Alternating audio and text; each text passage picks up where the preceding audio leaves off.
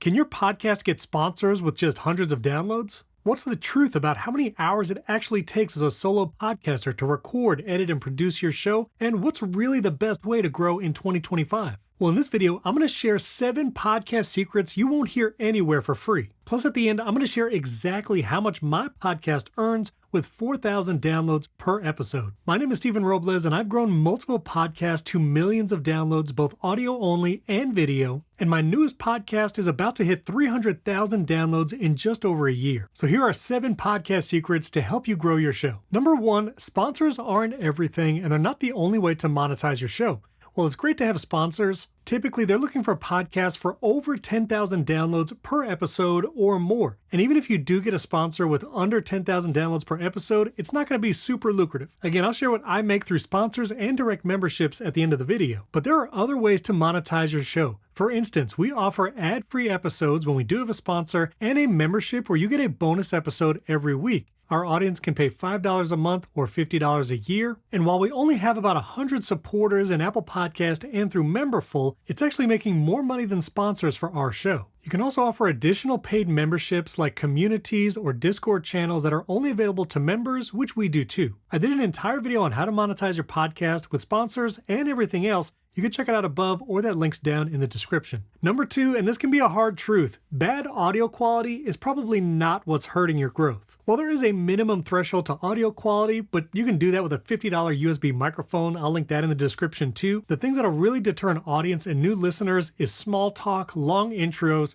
and things that just don't appeal to a new listener if they aren't already invested in the host or the show. You might be doing everything right to promote your show, doing video, sharing clips, and you might even be discovered on Spotify. But if a new listener clicks play on your episode, what are they going to hear? Is it a long intro, small talk between the co-hosts that they don't get because it's inside jokes? Or if they came to hear a special guest in your episode, do they hear their voice in the first minute, or do they have to wait 5 to 10 minutes of a long biography and intro? So cut the small talk, make sure you're providing value quickly to the listener, whether that's entertaining, education, or inspiration. Cut out all the long intros talking about yourself or your brand, and make sure the content is interesting. Now, if you're not sure what to cut and what to keep, what might be small talk, when you record with Riverside, we have an AI tool just for that. You can go up to the AI producer here in the top right, and we have Find Fluff.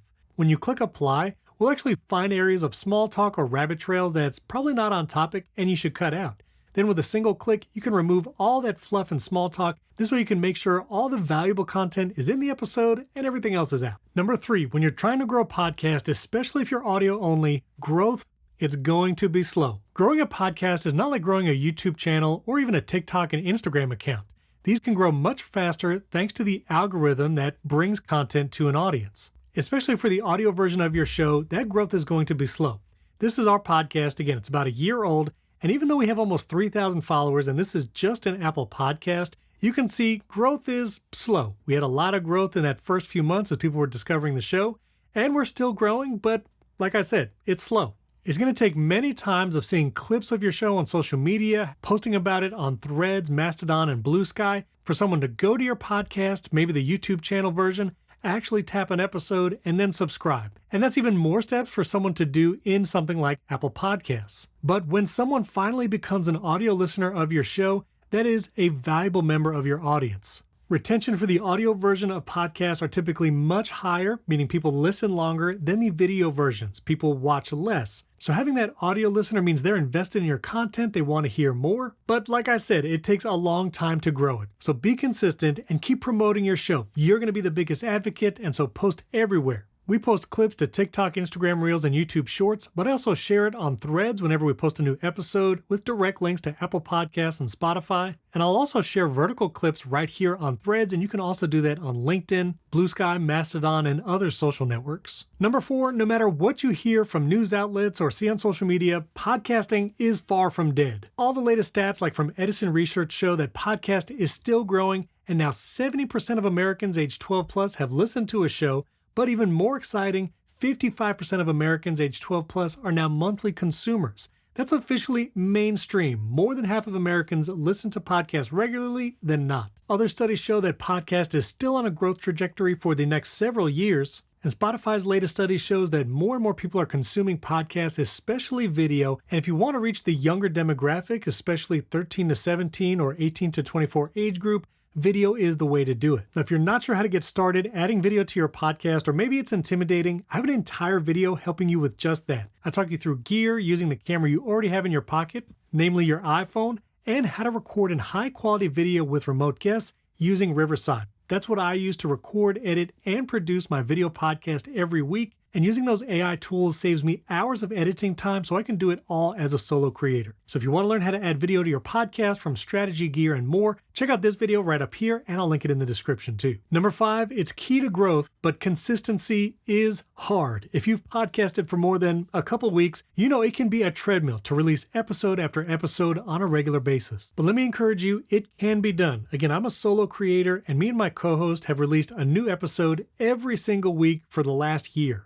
And before that, I had a weekly audio podcast that never missed an episode. Now, how can you stay consistent and not burn out? Well, one, use great tools that help you get it done faster. That's why I record and edit with Riverside and use tools like the strip silence, remove filler words, and this allows me to edit the entire podcast episode in less than an hour, both video and audio. I did a whole behind the scenes video about my process. If you're interested in that, I'll link it above. But also, if you're going to do a show with someone else, find a great co-host who is going to be consistent and record with you every week or whatever your release schedule is. And ideally someone you have either a good relationship or good rapport where you can do well together every week. Or if you're going to be a guest-based show, you'll have to grind for guests. Have guests already booked multiple episodes out so you're never worried about finding one last minute, and have some backup guests or maybe even regulars that will come on the show when you don't have that guest already booked. Also, set a release schedule you can keep up with. Is weekly too much? Then do every other week, even once a month. Whatever the cadence, just keep it regular and consistent. Consistency, even if it's monthly or bi-weekly, is more important than release frequency. Number 6, another hard truth and just a reality check, podcasting is probably not going to be your full-time job. Listen, I absolutely love podcasting. I would love to do it more. But again, it is very difficult to monetize it at a high level and for it to be significantly lucrative. But if that is your goal, you just want to podcast full-time. To be realistic, you're going to need hundreds of thousands of downloads per episode for there to be significant sponsors and for them to pay at a level where you could just do that. Again, I'm going to share exactly what we make for our show with about 4,000 downloads per episode, but I'm not saying this to discourage you. Again, I will podcast probably for the rest of my life. I love the medium. I love creating it. And hopefully that's why you do it too. Monetizing it and making money can be a nice benefit or a side thing, but also having a podcast helps connect you with your community and audience at a deeper level. When someone listens to the audio version of your show, they're likely listening to hours of your voice here in a podcast form, and that builds that relationship. And then you can create communities and interact on social media. So while you can monetize your podcast, and if you grow very large, make good money, do it for the love of making podcasts, providing value to your audience, connecting with your listeners and viewers, and it can be a way to build a relationship for other things like digital products, courses, maybe point them to a newsletter and more. All right, number 7, here's the secret on how much I make with about 3,000 to 4,000 downloads plus views for my podcast. So here in Apple Podcasts specifically, we have about 67 paid subscribers. Now keep in mind, some of those are annual, so they would have paid $50 once, and then they're not going to pay that again for a year. A lot of them are $5 a month subscribers, and we have some free trials, but that earns about $300, but that'll earn about $300 per month. Again, if you have a month where a few annual subscribers sign up, that could be more, but that's just from Apple Podcast subscriptions specifically. Now, we also offer subscriptions through Memberful, same benefits, ad-free and bonus episodes, and our monthly recurring revenue for that is a little over $200. So that's about $500 a month, but again, that varies depending on how many annual signups you have or monthly subscribers. Now, we do have a few sponsors. They'll typically sign on for a month of ads, and that'll earn about $75 per spot. So they're paying $300 for a month of ads on our show. We have some episodes without sponsors, some with, so I would say that's a couple $100 a month. And while small, we also earn from YouTube AdSense, meaning just people watching the podcast on YouTube. That's $36 a month. Again, with about 1,000 views per long-form episode. Not a lot, but it's something, and hopefully will grow over time. And as we have more episodes in the back catalog that people may watch, that revenue can grow year after year. If you have any questions about my podcast or how to set up monetization, let me know down in the comments, and be sure to subscribe to the Riverside channel and hit that like button. Lots of videos on helping you get started with video, monetize, grow your show, And if you're looking to be on YouTube, I have an entire video sharing how I went from 0 to 100,000 subscribers on my personal channel. Check out that video right up here. And if you want that video on 5 ways to monetize your podcast, I'll link it right up here. Thanks for watching. We can't wait to see the podcast you create.